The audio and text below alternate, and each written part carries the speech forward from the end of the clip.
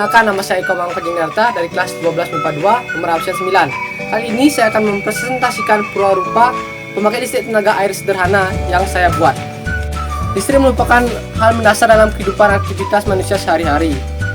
Listrik dapat digunakan berbagai macam kebutuhan sehari-hari seperti menyalakan televisi, menyalakan kulkas, oven, laptop, dan alat elektronik lainnya. Selama ini kita hanya menggunakan energi listrik dan tidak tahu dari mana energi listrik yang kita gunakan dalam sehari-hari itu muncul. Pembangkit listrik merupakan bagian dari alat industri yang digunakan untuk membangkitkan atau memproduksi tenaga listrik yang bersumber tenaga dari air, udara, nuklir, dan lain-lainnya yang juga kita kenal dengan PLTA, PLTU, dan PLTN. Bagian utama dari pembangkit ini adalah generator, yaitu mesin yang berputar yang mengubah energi mekanik menjadi energi listrik dengan menggunakan prinsip medan magnet dan penghantar listrik. Kali ini kita akan membahas secara khusus mengenai pembangkit listrik yang bertenagakan air.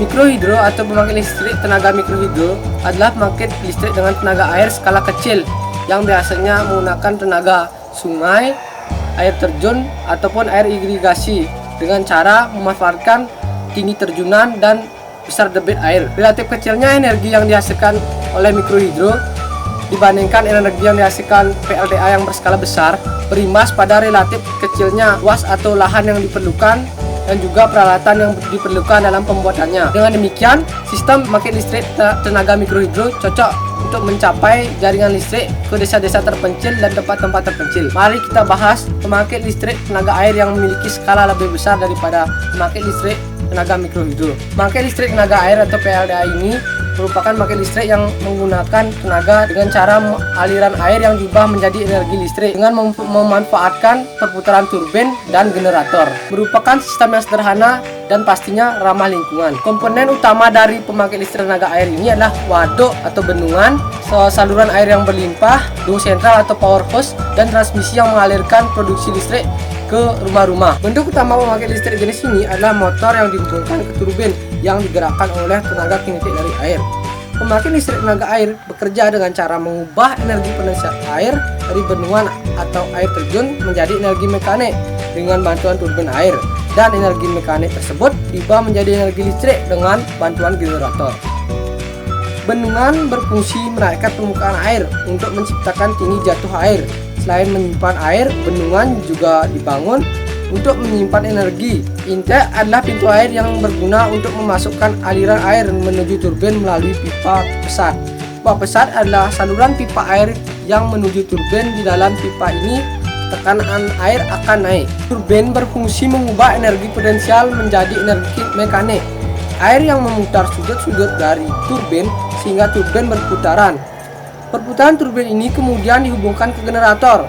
Generator yang terhubung ke turbin dengan bantuan poros dan gearbox memanfaatkan putaran turbin untuk memutar kumparan magnet dalam generator, sehingga terjadi pergerakan elektron yang menghasilkan arus AC. Trafo digunakan untuk menaikkan tegangan arus bolak-balik agar listrik tidak banyak terbuang saat dialirkan melalui transmisi.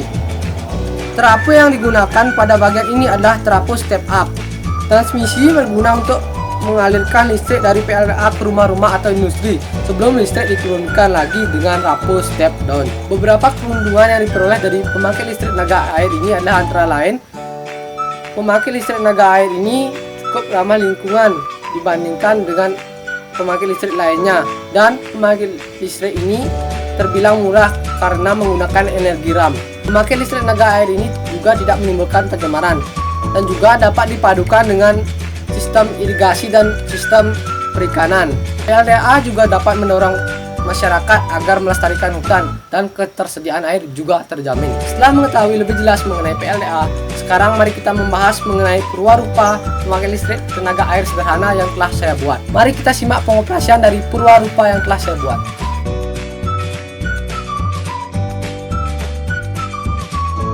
Dapat kita lihat bahwa air yang disemprotkan memutar turbin dan dinamo. Di dalam dinamo terdapat komponen yang terdiri dari magnet dan kumparan atau lilitan kawat tembaga.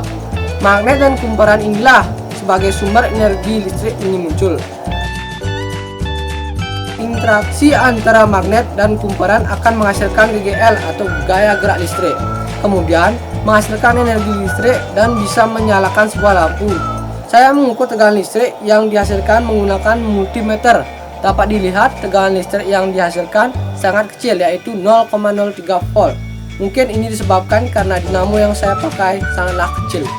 Nah, kali ini saya akan membahas mengenai perwarupa yang telah saya buat. Yang pertama ada turbin air. Turbin air ini akan diputar oleh air dengan energi potensial air akan diubah oleh turbin menjadi energi mekanik dan dialirkan ke generator generator ini akan mengubah energi mekanik menjadi energi listrik dan dapat menghidupkan lampu. Namun di proyek saya ini tidak dapat menghidupkan lampu karena dinamonya yang tidak memadai dan sangat kecil dan hanya menghasilkan 0,03 volt. Jadi faktor yang mempengaruhi besar tegangan listrik yang dihasilkan adalah perputaran kincir atau kecepatan perputaran kincir atau besar air yang memutar kincir dan juga magnet atau dinamo yang digunakan.